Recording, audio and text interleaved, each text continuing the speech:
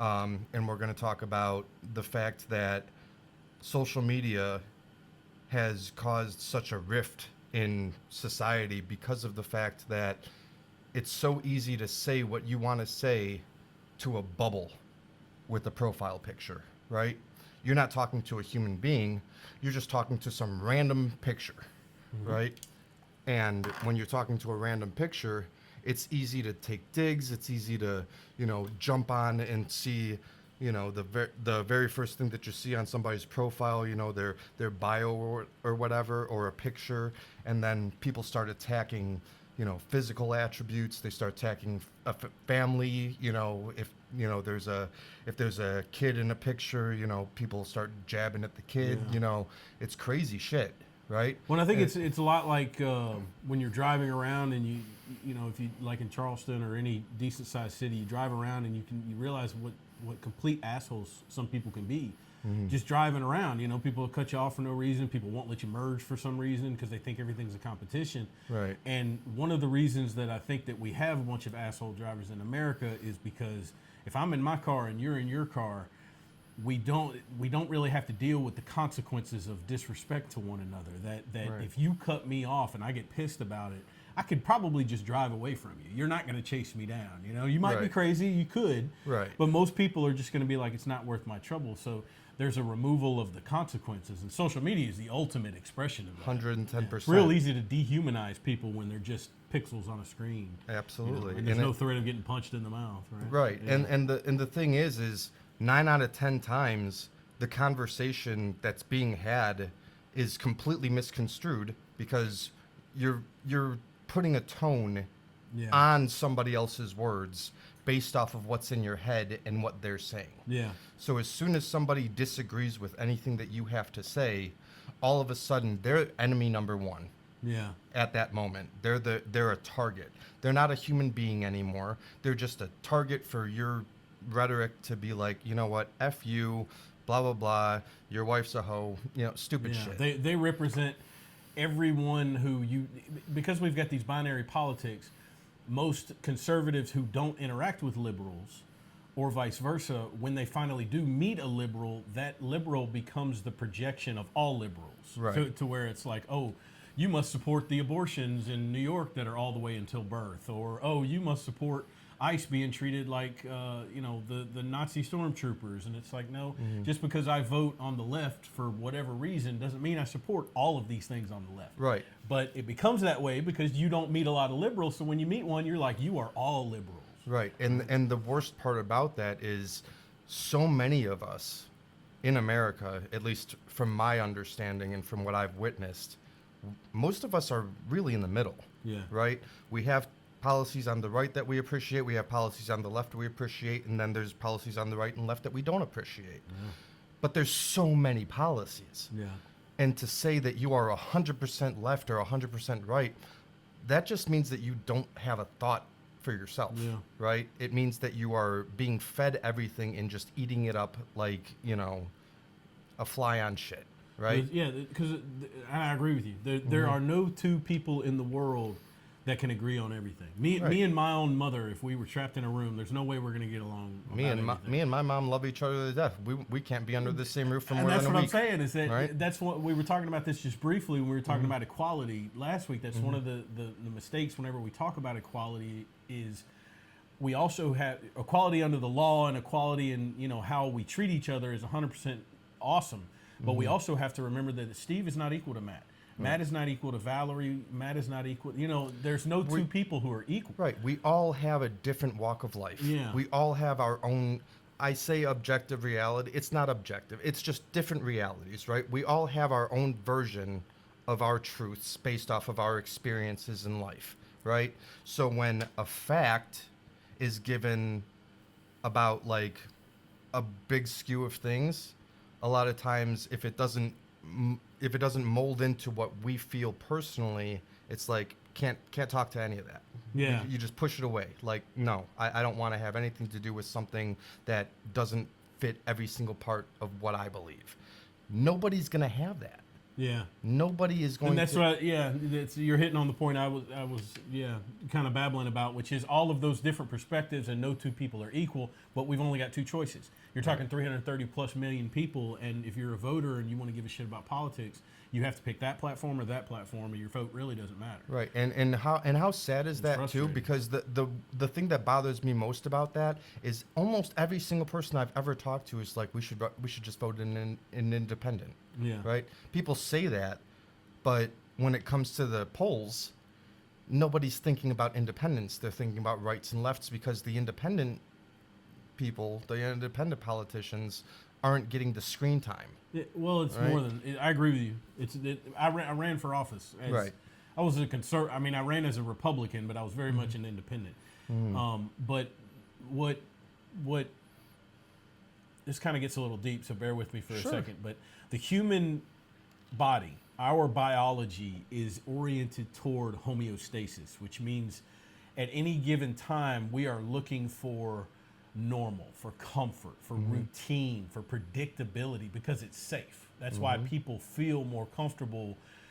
They'd rather watch the same show that they've seen 100 times than start a new show, because they don't have to be suspenseful about how it's going to come out. They can predict what's happening, and Right. people go through their daily routines like that as well. It's the same thing with our politicians. Whenever an independent politician comes along and they say things like, just go back and listen to some of the things Ron Paul used to say 20 years ago. They say things like, let's abolish the CIA and abolish the FBI and abolish the Department of Education. And people hear these things and their minds go into panic mode, not because they might think it's a good idea or a bad idea, just because it's so outside of what they consider to be safe and comfortable and fits into their homeostasis, they don't even consider it. They say, oh, that's an extremist.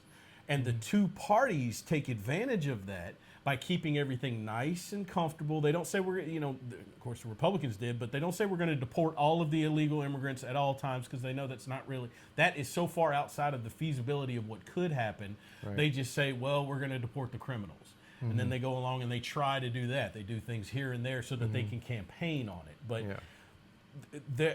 it's the same reason that people say they're so sick of celebrity gossip, but then the celebrity gossip websites are the ones that get all the clicks and views and ratings and stuff. Right. People say they want independence, and people say they don't want the two-party system. Yeah. But as somebody who's run for office in that two-party system, yes, they do. People want what's easy and comfortable. They Right. don't want to have to learn this new scary I'm thing. I'm trying to think of what the saying is. It's like it's easier to deal with the devil you know than the devil better to deal with the devil you know than the devil you don't. correct. Yeah. Right. And it's like, people in horrible relationships, right? Yeah. Like they stick Syndrome, Right. even though- yeah. they stick with that because it's normal. It's not even necessarily comfortable. It's just known, Yeah. expected, and people do that with relationships, with jobs, Yeah. with life in general. Is They just they find where they feel safe, and then they just Right. yeah. And you hear so many people complaining about what they do for work, this, that, and the other, and it's like you could change it, but you're not going to unless you feel like you have a guarantee. Uncertainty is the biggest blocker of people doing things that actually are good for them. Well, and one of the biggest motivators that has and we haven't gotten to morality yet, but I'm glad we're kind of touching on, or at least I'm about to touch on it. But Sure. it's important to remember that where we are as a humans. I'm a religious person, but I try to avoid framing things in a religious manner. Sure. So in a very secular scientific worldview way of looking at things, the human species has existed in a certain way for hundreds of thousands, maybe millions of years, up until about 50 years ago. Right. And then our societies and civilizations and cultures and families and communities have all started doing, not to mention all the chemicals and neurological stuff. Right. We are experiencing things that are unique, not just day to day, what I did last week is unique from what I'm doing this week. I mean, Right. unique in the context of the entirety of our human species that conflicts with our biology. All right. And one of the things that we have lost is the motivational purpose that is provided by needs, not wants, needs. Right. The things that I have to do this, or I'm going to starve, my family's going to starve, nothing's going to carry my name forward through time, all these. And the reason I say that is because what you were touching on is that you could make this change if you wanted to. You just kind of don't want to. But one of the things I've learned about is called the beta region paradox. You ever heard that? I've never heard of it. Tell me. No, I'm saying it wrong. It's okay. It's, now I need to get it for you. The mid-cingulate angular cortex. I'm sure I'm getting that wrong, but it's something like that. Okay, but you know the information. It's so what's the Andrew information? Hubman is the guy's name. He's a neurologist and he'll speak to you about it. But it's an important concept to understand because the beta region paradox is when something breaks. Let's just say, for an example, that have you ever heard people that have the smoke detector beeping and they just won't change it? But what I'm saying, it's a great example of the beta region paradox because what's happening is the level of effort required to go to the store, buy a new battery, get on a ladder, change the battery out, the amount of effort required to fix it is more than the inconvenience caused by not fixing it. So this is what's called the beta region paradox because although something is kind of broken and you would think it would be better than it being all the way broken because the smoke detector works, right? It's just beeping every once in a while. Right. But in reality, the paradox is this person would actually be better off if the smoke detector broke all the way and that way gave off some kind of an alarm that said, no, your smoke detector is not working anymore. Then that would motivate the person to go and change the battery. But because it's just a beeping noise, they're like, I can live with that beeping. It just does it every once in a while. That's what, if you apply the beta region paradox to things like the American voter, to things like consumers and the corruption that we accept inside of our government, is because we look at this mountain of tasks that would be required to fix what's broken, and we say, well, the inconvenience caused by what's broken is less than the effort required to go out there and try to fix it, so we sit in the beta region paradox. Yeah. But I agree with you. So that's kind of like what what we're dealing with politics and stuff. That's like what I think. I think it's and not just politics. I think it boils all the way down to the individual with mental health crisis, all the way up to the issues of our civilization, and it's got to do with how comfortable we are. And I know I'm babbling for just a minute, but I want to make sure I didn't let this go unsaid. There is an objective reality. Me and you disagreed about that. No, there is. I like reality, like personal reality, right? Okay, so it's not the same as objective. I agree. Objective is like, everybody's reality, shared space. It's all there. What I think the objective reality, the reason why it's weird for me, and the reason why it's hard for me to say, oh yeah, it's objective reality, is because everybody's reality is being kind of shaped by algorithms, by if you click on something that's right wing, you're going to start seeing a lot of right wing stuff. Right? If you click on something left wing, same there. Right? They're two sides of the same coin. They take the information, right? They'll take a 30-minute interview, turn it into two 10-minute interviews, and it's if you're lucky, it'll be 10-minute interviews, right? Or they'll pick the worst 15 seconds, or the worst 15 seconds. But that's what they do. Yeah, There's this ICE protester that was getting arrested. She got dragged out of her car. I forget her name. I wrote an article about her on Substack. But if you go and research, first of all, the entire interaction of these people, the ICE protesters, going out and finding ICE. If you haven't seen any of the videos, everybody's holding their cameras the whole time they're doing it, and all they're doing is trying to instigate with these officers. Sure. The interactions will last hours at a time. Sometimes they're all day long. But the only clips we will ever see are these cherry-picked moments. That's what I'm saying. This lady got ripped out of her car, and looking at the video, I'm like, "This is horrible. Why are we doing this?" And she's trying to comply. You're talking about the one where the truck kind of sideswiped her a little bit. There's been a bunch of them. There's a lot. Yeah. But the one I'm talking about, I don't remember her name, and I don't want to try to mispronounce it. Sure. I did read about her. I know that she's a second-generation immigrant. I want to say her family's from Pakistan. But she was famous because she was also at the State of the Union with somebody. I think it might have been Ilhan Omar. It might have been AOC. I don't remember who. Anyway, the point is that she had this little cherry-picked 30-second video of an interaction that probably went on for days. but because she got into the, I don't know what happened, I wasn't there, Right. but because I imagine she got into the way of ICE until ICE said, okay, enough is enough, you're under arrest for impeding federal officials. She refused to comply, so that cops did what they do. They rip people out. And if all you're seeing is that ripping people out 15 seconds, that's what you're going to think. But And you're right, the algorithms. Right, and this is something that I want to say directly to the audience. So, yes, I lean left, right? But when it comes to the ICE situation, you have to be aware of the full situation, right? We would not have to have millions of people deported if we didn't have, I believe, 11 million, right? Well, yeah, Like something during that, the yeah. Biden administration, 11 million immigrants came in unchecked. I'm gonna keep Steve out of trouble because I've looked at these numbers. These numbers, whenever you start researching how many illegal immigrants are in America now and how many illegal immigrants came in during the Biden administration, you have to be very clear with how you research, because the term illegal immigrant could possibly not refer to all the people who are here claiming asylum. That is a legal process of being in the United States, is to arrive at the border and claim asylum. But because there's so many backed up asylum judges, what that's what Kids in Cages was. What the Biden or the Obama administration was doing, they come in, they claim asylum. The Obama administration, okay, what's your name? Write down your name. They say, okay, your court date is in 5 years. And they slap them on the ass and they send them into the country.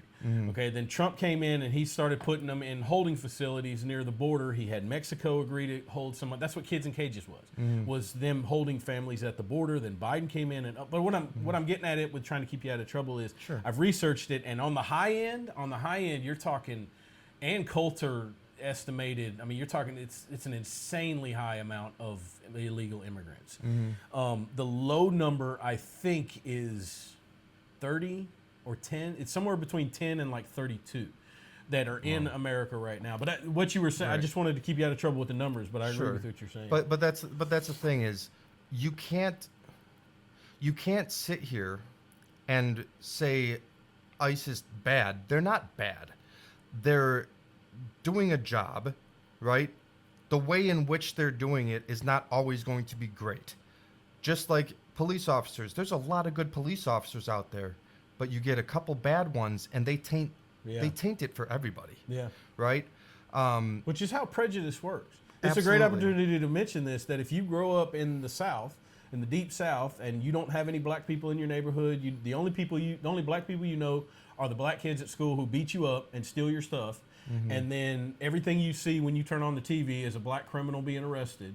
You know, if that's all you're exposed to in your experience, by the time you become an adult, you have a prejudice against black people. Right. And it's the same thing with police officers. If the And only police officers you're will, seeing... Right. Yeah. And I will say that goes the same for black kids that get bullied by white kids, Yeah, right? absolutely. So, No. So basically, It's all based on that individual experience. What it boils down, because this, okay, so I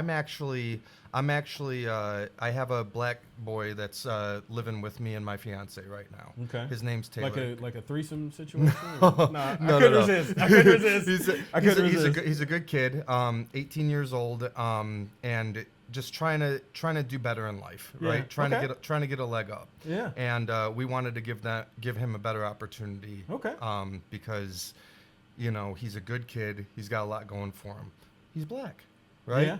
So I'm almost like, I'm not saying that I'm like his parent or anything, but I'm like a male role model. It sounds like a mentor situation. Right. It's like a mentor situation. Okay. But he was talking to me about how he wanted to purchase a firearm, and I said, I'm more than happy to help you with that process, right? Like, I can't buy him a gun, right? But I can help him figure out how to obtain a firearm. But I told him, I said, you can't carry it with you. You can't bring it out with you. And I felt terrible saying it, but I was like, your skin color, if you walk out with a gun and somebody sees you with a gun, that could be problematic for you just based off the fact that you're black and you have a gun, right? Do you want me to push back on that? 'Cause Please. I can't. So I agree. Well, first, I'm very pro Second Amendment. I grew up with guns. Mm-hmm. If you ever need somebody to talk to them, because first thing I would have said is, why do you want the gun? That's number one. Why do you want it? Okay, because that's going to define not only what kind of gun, it's also going to determine, how much concern you need to have about this person wanting a gun, because it could indicate a bigger problem. The only reason why he wants one is because we have a shooting range in our backyard. Okay. Yeah. Well, why does he need a gun for that? You don't have a gun if you have a shooting range. I do, but he wants to have his own gun, to shoot and have fun with. And I don't have recreation. Recreation. Really, okay. Right. He doesn't want it to go into anything. Has he ever touched bad. a gun or anything? Yeah. That's and I'm getting kind of off subject, but this is for anybody that's listening. I personally think kids should learn how to handle a handgun in like high school. Right. And that's something that we were working on is like, I was like, how knowledgeable are you with firearms? What do you know? And he's telling me about the courses that he's been through, and the training that he's had.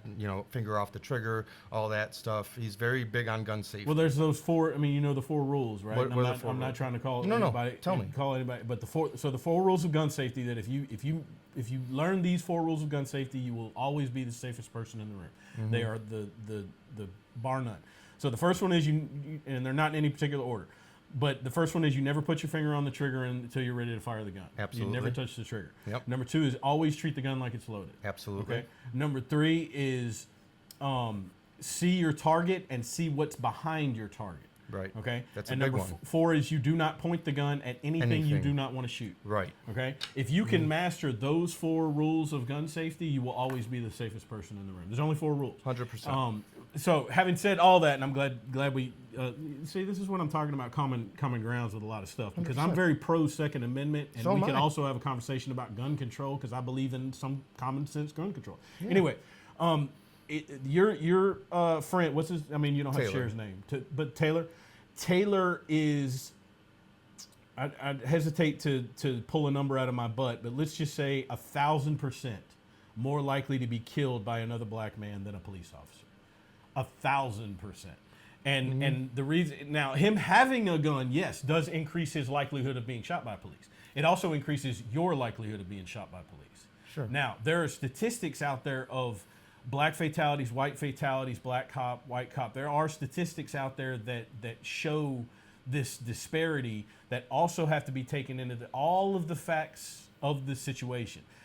I forget what the statistic is, but once you start taking out the armed black men that are armed in some way that are killed by police, it is such an insanely low number that it's not even worth talking about. It's an insanely low number. Right. The reason that there are, and I'm not saying black Americans are inherently criminals. I'm not saying that. No. Crime is an economic issue. It's a socio-economic issue. It's not a racial issue. Yes. But what we have to understand. I agree with that. Well, it's poverty. It's poverty. Well, it's a lot of things. Right, but one of the some big, of it is individual choice. Right, but one of the big things is like, I grew up in Chicago, Cabrini Green, right? You've heard of Cabrini Green, right? Yep. So I have a friend that used to live right next to it. Like, I mean, there's ghettos, right? Yeah. And in ghettos, that's part of the culture, unfortunately, is, gang violence. Yeah. Right? But the thing that I always try and remind people, because yes, there are issues in the black community that need to be fixed, just like there are issues in the white community that need to be fixed. There are differences, absolutely 110%. However, just like there's ghetto, people, there's also trailer trash, right? Yeah. Like we have. That's me. I was trailer trash. Just saying that. You're it's okay. I don't care. Yeah. I was a redneck trailer trash. But the thing is we all cultures have their goods and their bads. Yeah. Right? Any group of people. Like you grab any random 100, any group of 100 people is going to have an asshole in there. They're going to have a moron. They're going to have a genius. They're going to have a really hard worker. They're going to have a lazy motherfucker. They're going to have the guy that wants to have sex with everybody. You know what I'm saying? 100%. And this is from being in the military for 20 years. Right. Trust me. Men, women, immigrants, black, white, it doesn't matter. I'm telling you right now, you put any group of 100 people together, you're going to find the same assholes. Yeah. They just wear different faces because we're all people. Right. We're all people. And I'm not saying you should if that guy's the stinky kid, he's the same as the stinky kid from my last one. Sure. But what I'm saying is that's one of the things you pick up in the military is when you're hanging out in a Humvee all day with this black guy and you're like, fuck, man, me and this black guy got a lot in common. You know, I didn't really know my dad either. And I grew up pretty poor and yeah, I got beat up a lot and all that. You know, and next thing you know, you realize how little there is really separating us as individuals, which is why the racial stuff can become so frustrating for you. Now, absolutely. But I wanted to make sure that we touched on this. It does absolutely matter about carrying a gun out in public in America and understanding how to interact with police with a gun, because that is a dangerous situation. Right. Like for what happened obvious with, reasons. like what happened with Alex Preddy. Yes. Right? Like yeah. white man, right? He had concealed carry. He had 2A. However, and this is something that he was an irresponsible gun carrier. He was. Yeah. And that's something that I was about to say is, as much as when it happened, I was so pissed at the ICE agents for going that route, for him, you know, being on the ground and being shot in the back, this, that, and the other. But if you have a concealed carry, right, one of the biggest rules when you get a concealed carry permit is that you do not entangle with law enforcement when you have a weapon on you, period. So he made poor decisions. Yeah. Like, I am not for the fact that he got killed at all. Yeah. I don't think that really anybody because is. even if he was an irresponsible gun carrier, that's not a death sentence, you know, to be irresponsible. Correct. But the thing is we are dealing with highly chaotic situations. Yeah. Right? It's not like Preddy just walked up, you know, casually and was like, hey guys, can you not push her down? Right? Yeah. Like, no, he went out there. He went in there and confront, entangled. Yeah. Right? And it was his entire purpose of being there. Right. Was to confront federal police officers, and he brought a gun with him. Right. And that's the thing, is like, and I'm sorry, one more thing and then I'm gonna let you talk. But he brought a gun to confront police officers, and when that confrontation occurred, he did not comply. All of these things matter. And like I said, none of these are worthy of a death sentence. Correct. But at some point, we have to be able to examine the context behind the incident rather than just constantly ignoring the horrible things that this victim has done to put themselves in this situation. Right. It's about accountability. Yes. And accountability is lacking in our culture. Yeah. And it really is. And in a culture that prioritizes individual liberty and therefore individual consequences and responsibility, you have to have individual accountability. Yes. And we've removed that from our society because it's a deeper rabbit hole, but we've glorified victimhood because of progressive politics. You're talking about 100 years of glorifying victimhood. The victimhood mentality is the worst freaking mentality. Yeah. Well, it's incentivized. It's heroism now. Yeah. To be a victim is to be glorified as a hero who is so brave and so stunning and so... Right. And the thing is like, a victim mentality is never going to get you to a place of betterment. Yeah. It is going to keep you exactly where you're at, if not lower. Well, I mean, it depends, because old Juicy Smouillet thought that being a victim of a hate crime would be good for his career. That's why he lied about it. The SPLC thought that being a victim of, you know, a nationwide conspiracy of white supremacy would be good for them. Mm-hmm. We've glorified victimhood to a level that it's required. Not only is it required for monetary benefit, it's required for politics. Yeah. That's why we were talking about tone policing. Mm-hmm. That's one of the reasons that in our culture you can't go after someone's victimhood narrative too hard, is because in our culture it's so drowned in empathy that even if I look at you and let's just say you assaulted somebody, and you're giving me a sob story about how that guy was so mean or he said this word, and I just look at you and I say, I don't give a shit. I don't care about your fucking side of things. That guy's going to the hospital. There's not a scratch on you. Everybody says you're the one that beat him up, and now you're trying to make me feel bad for you. I don't give a shit. Well, there's a portion of the electorate that if that's all they see is that clipped version of me saying I don't give a shit about your side, instantly their conclusions are going to be formed that I'm a bad person for talking to you like that. Right. And there's so much of that out there, and because our culture is drowned on 30-second clips and breaking news headlines and barely knowing anything about the subject. That's all it takes is a few bad optics, and they can transform anyone's career. Right. So And that's that's why the- we and tone police people, and that's Yeah. why we're so far removed from the fucking truth, is because we have to put up these barriers of, oh, that's very interesting that he said something nice to you. I'm sorry that he said the N-word to you, or I understand that he made you feel threatened and you got raped when you were a child, and all those things make a whole lot of sense as the ambulance is pulling the guy. You know what I'm saying? Yeah. And we have to be that society, otherwise the backlash is against me. They don't even think about what you did. But because my tone and how I was talking to you, oh, that guy's mean. And it drives me crazy, man. Sorry. No, you're right. You're actually right. Like, I'm not going to disagree with you on that. I think that the victim mentality has been pushed so hard, and I think that, like, this is a prime example, and it kills me because I have so many people in my life from so many different walks of life, so many different cultures, race, religion, ethnicity. I don't care. I love everybody until you give me a reason not to. Right? But online, you can disagree with somebody that looks different than you, and you're a racist. Yeah. You don't have to say a single racist thing. You can do that in person. You just disagree with somebody, and you're a racist. Yeah. Right? Yeah. Yeah, you can do that in person too. Well, It happens in person. And that's why, if you notice in some of my interactions, I'm always very, very careful to make sure we define our terms. Because racism is a word that has a definition. Prejudice is a term that has a definition. Discrimination. All of these things, it's not that my brother, I ain't gonna mention his name because I ain't get his permission, but I served with him in Korea very briefly, and we didn't interact for a long time, but I had a lot of respect for him because he's very intelligent. If you can't tell by reading some of his comments, like when you're a chief warrant officer, you recognize the intelligent people out there because you're like, okay, that guy knows what he's talking about.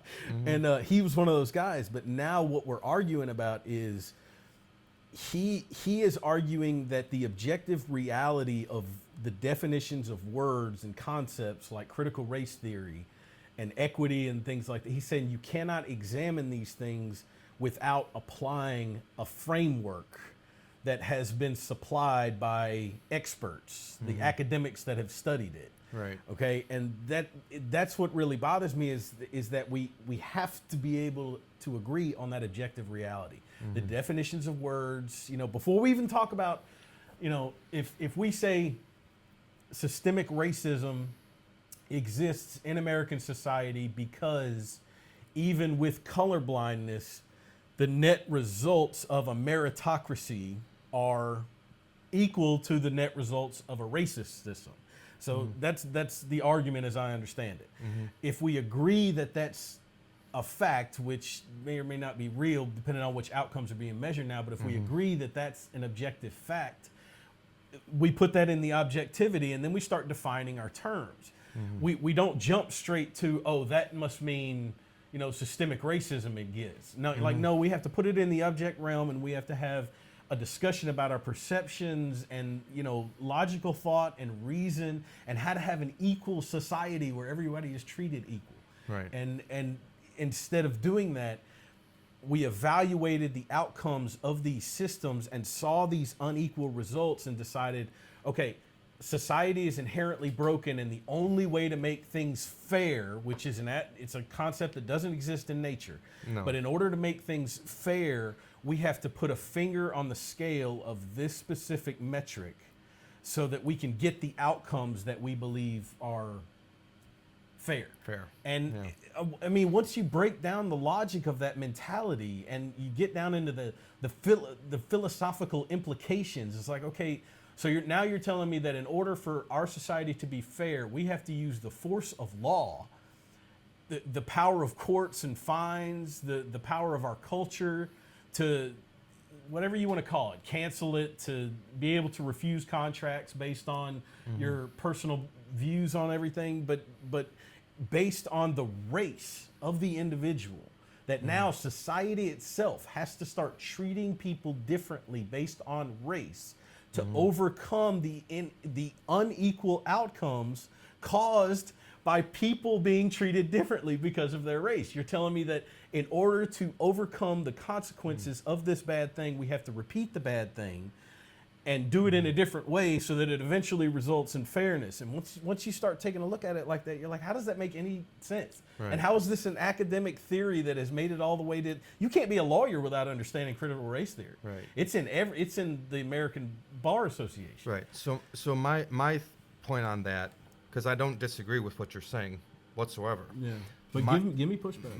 My point behind that is that racism, right, which I believe goes both ways. I think that black people can absolutely be racist towards white people, just like white people can be racist towards black people, and black people against Indians, and white people against Chinese, and whatever. Like, there's plenty of people that are racist for no freaking reason other than what they grew up with and what they were taught, right?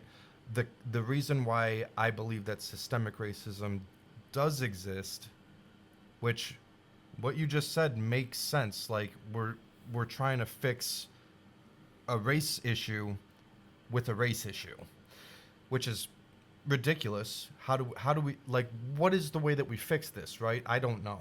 But there's police officers out there. The answer is colorblindness, just so you know. But nobody wants to hear that. But go ahead. Well, the issue with the colorblindness, Yeah. right, is if everybody could get on board with colorblindness, Yeah. that would be phenomenal. But We don't live in that world. But should we base our national philosophy on what is popular or based on what is right? We should base it off of what is right. Right. So no matter how many But people get on board with our treating people equal regardless of race, we should do that. We should. Yeah. That's the We difference should. between a democracy and a republic. Is that American values should reflect what we collectively consider to be the best thing for everyone, based in constitutional values, which is, we can get into morality, Sure. but and not what is most popular. I'm going to get off on a little. I'm not going to talk for too long, but give me Talk just to a me. little. Talk to me. Well, because one of the things that we like to, you'll hear every once in a while, is that there was a party switch. Okay, and that there's never been a fucking party switch. What they're referencing, if you want to look it up, I've heard that a million times, by the way. There's never been a So- party So switch. let me hear this. well, if you want to know more about the party switch, go look into Richard Nixon's Southern strategy. Okay, because the context of it is, once the Civil Rights Act passed, we're transitioning from Jim Crow South, segregationist South, to desegregated schools and busing, and so it's a transitional period in the 1960s. Right. And the Democrats under Lyndon Johnson had been courting the civil rights movement, and now had passed these laws that abolished all this segregation in the South. So all of these voters that had previously been Democrat were up for grabs. That's when Richard Nixon's Southern strategy was to go get them. Got okay? Now, the context of racism, if you choose to view American history through the lens of race, that's a party switch to you. That's what it's going to look like. Because a big part of Richard Nixon's Southern strategy was courting the racists. Okay? But he was also courting the small government people. He was courting the traditional values people, okay? Because the reason that there has never been a party switch, Democrats believe in democracy above all. They believe that the best way to govern our society is the 51% determine what the governing society is, okay? Republicans believe in a republic, that they believe the constitutional values of the republic are more important than any democracy. Federalist Paper number 10 is specifically written to justify the Electoral College, to explain why democracy should not have an outsourced. Everything about our original design was designed to balance against democracy. It's the reason we have an Electoral College. It's the reason that U.S. senators were not elected by the people in the original design. It's the reason that Supreme Court justices, those people who interpret the Constitution, because the Constitution is the highest authority in the land, the people who do that, they don't even touch democracy. They get nominated by the president, who is chosen by the Electoral College, and they get approved by the U.S. Senate, who was supposed to be chosen by the state legislatures. None of it comes from democracy. That's how far removed a republic is supposed to be from democracy. Yeah. But right from the beginning, with Andrew Jackson is where democracy came from. You slowly started having the power of the people and the idea of the democracy taken over. States that wanted slaves told the federal government, who believed in the republic's values of all men are created equal. The states who wanted to keep slaves said, no, the 51% are going to determine what the law is in this state. Ooh. That's where that's why people will say Democrats are the slaveholders. It was the exact same thing in the Jim Crow South. It was the exact same thing in the Civil Rights era. Democrats were the ones saying, Democrats in Little Rock, Arkansas, local and state Democrats refused to desegregate their schools even after the Civil Rights Act was, I don't know if it was the Civil Rights Act, but the federal law was desegregation. And local and state Democrats said, we are not fucking doing it. Do you know what the federal government did? They sent in the 101st Airborne with bayonets attached and live rounds. And they escorted these students to school. The federal government used the values of the republic to overcome the 51% dominated democracy of a state government. That's who Democrats have always been. They've always been the democracy over republic people. That's why now with the sanctuary cities, they're willing to pull in illegals because they have corrupt. The Democratic Party is the best example of why socialism doesn't work in America. They have been running their socialism experiment inside their cities since the progressive era began, since the Industrial Revolution really began. And now we're seeing that the Americans are fleeing the problems, and in order to maintain their tax base and their political legitimacy, they're importing migrants using sanctuary city policies. And I mean, why do you think Biden opened the border? I'd love to hear the thoughts from somebody on the other side. Did I have a point back when I started babbling? I don't remember. Yeah, I don't remember, but I'm sure I did. Hold on, let me see if it'll come to me, because we were talking about the difference between Democrats and Republicans.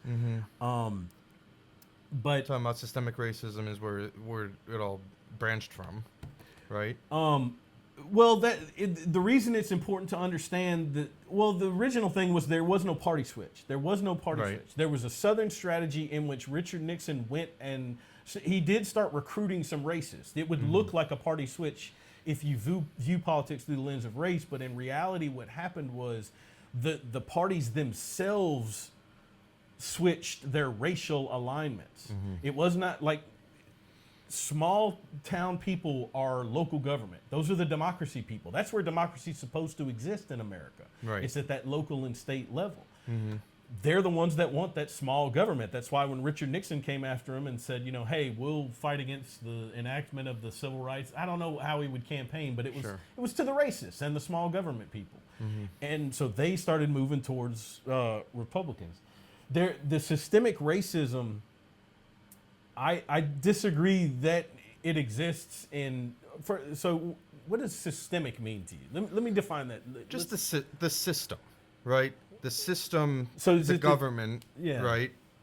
I believe that the government and the way that laws have been written and the way that police even came to be and the governance of the people came to be, a lot of it is rooted in race. I hate the fact that I believe that, but so police officers, they started as overseers, right? Overseers became officers. Overseers were the ones that oversaw the land during slavery, right? Plantation owners and stuff like that. But police officers go back to, wouldn't you need police as soon as you establish civilization? The first human tribe had to have some kind of police, right? Well, Romans had government, right? Yeah, and there's got to be somebody. Anywhere there's a law, there has to be police. Mayans had government. It's not like this is new to just America. Well, that's what I'm saying, though. That's what you said, that the origin of police was. But what I'm saying is the police officers in our government, the reason why what they started off as before it was police was overseers. Overseers became officers. Well, okay. I don't know enough about it to disagree with you, but it's something to dig into. There's broken logic in there, though, because police officers have existed in every civilization throughout human history. So why would our police officers have come from overseas? Because what police do as a concept, what they do today is the exact same thing they did back in the first tribe. All they're doing is because any collective that comes together has to have a moral code or a law or something that keeps everybody civil and punishes wrongdoing. Well, anybody that's applying that punishment is a police officer. But I want you to understand in this aspect, during slavery, right? During the times where there was slavery and, we had plantation owners and whatnot, there wasn't police. So wait, hold yet. on. There So are was we talking specifically just American chattel slavery? just America right now, right? In America, the first police officers, the first people that were governing other people and making them do what they were supposed to do was overseers making sure that slaves didn't run off. Overseers that were making sure that slaves didn't attack the white man, right? Okay. Like, so that's why I say it's... Where did you get this? I'm just curious. So I actually went into a dive on it. This was years ago.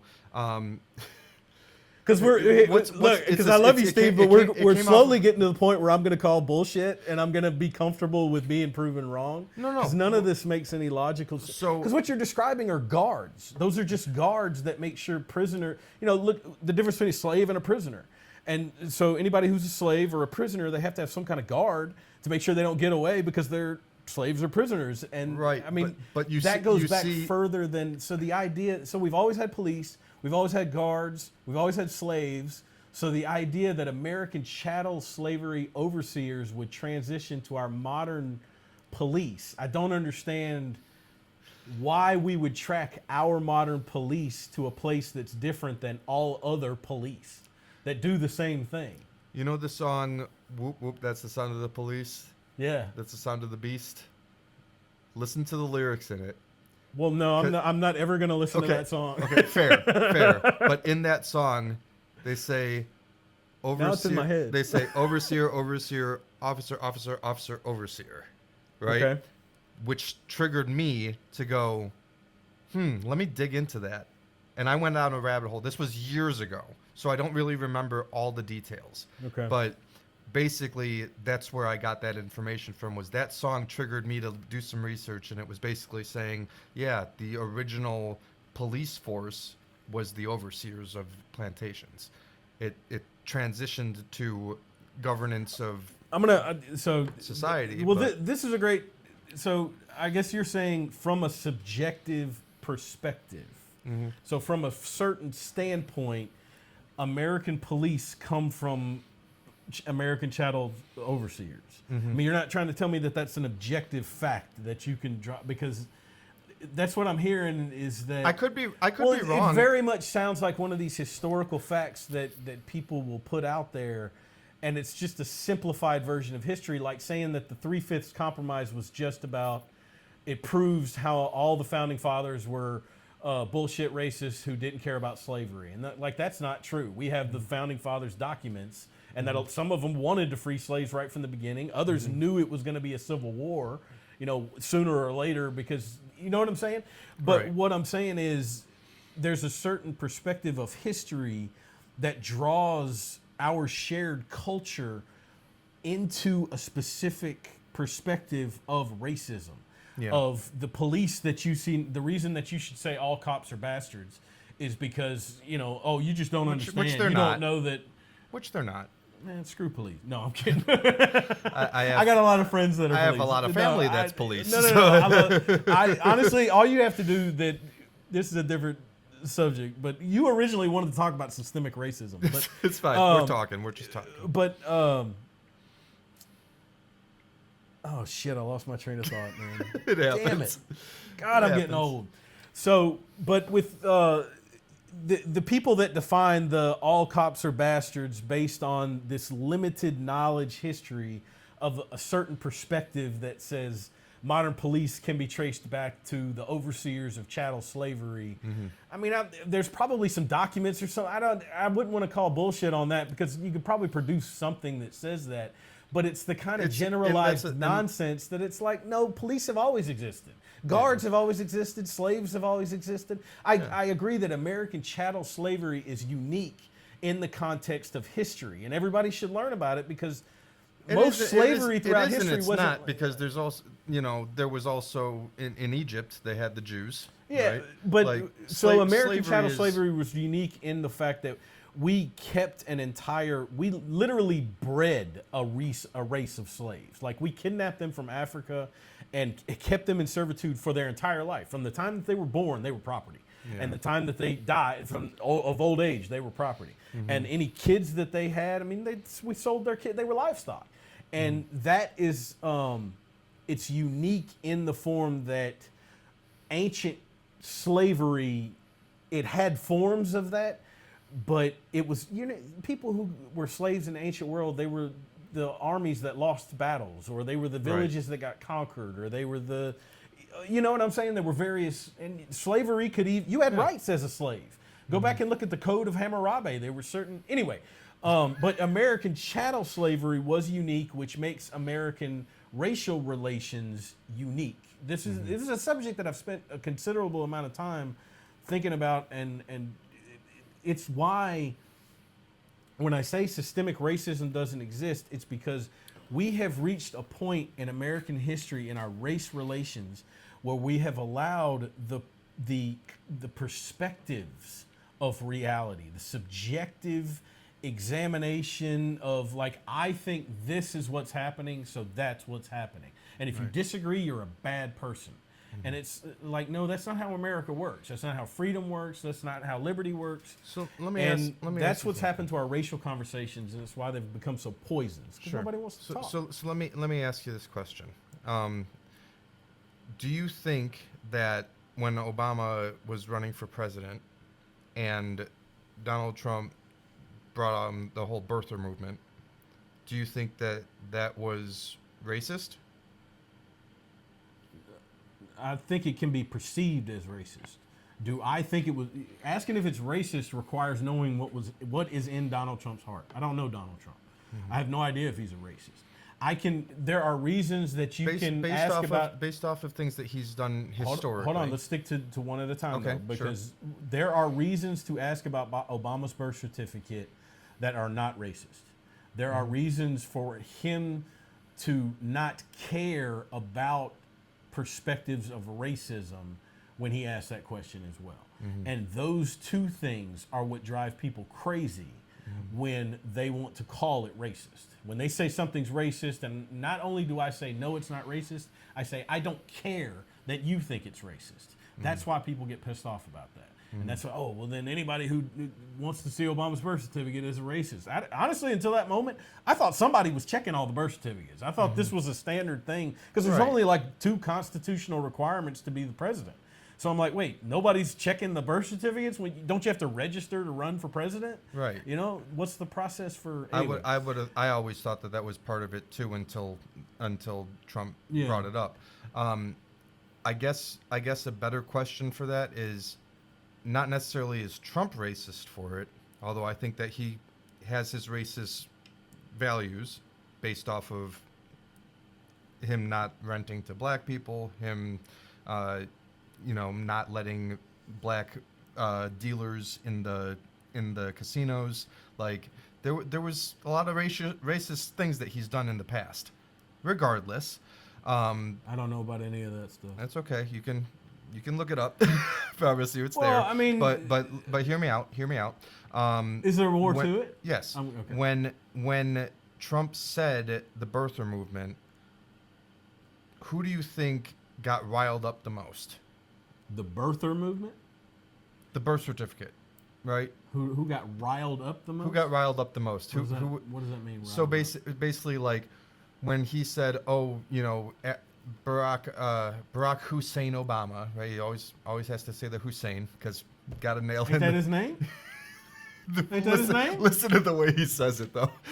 It's funny to me at this point, but I can't listen to the man talk. He's I hate annoying. his speech pattern. Yeah. But and that's and Obama's FY name. and That's the FYI other thing. yeah. Look, that was the Kamala Harris thing through the campaign. Democrats have this thing where they're like, "Oh, you're not saying his name right, or you're not going to say the name." It's like, dude, fuck you, and I'll say the fucking name however the fuck I want to say it. I get it. You I can just- tell me the correct I just- way to say it, and I I'll don't know, try it's to just say it right. Barack But it's like, fucking Hussein Isn't that his name? Obama. That's It's his name. just Let the him way call him just the Hussein. way he Yeah. said Hussein, like the way he says it, it just I think he's a little. I know why he's saying it like that, and so do Okay, you. right. I'm just That's what I'm but this getting, is though. one of those things. It's But- like, why make but such a big deal out of it? Understood. It's the Streisand effect. Understood. Yeah. But what I say riled up, I mean the people that jumped on that shit, the people that were like, yeah, fuck him, he's not here, he's not from here, was the racists.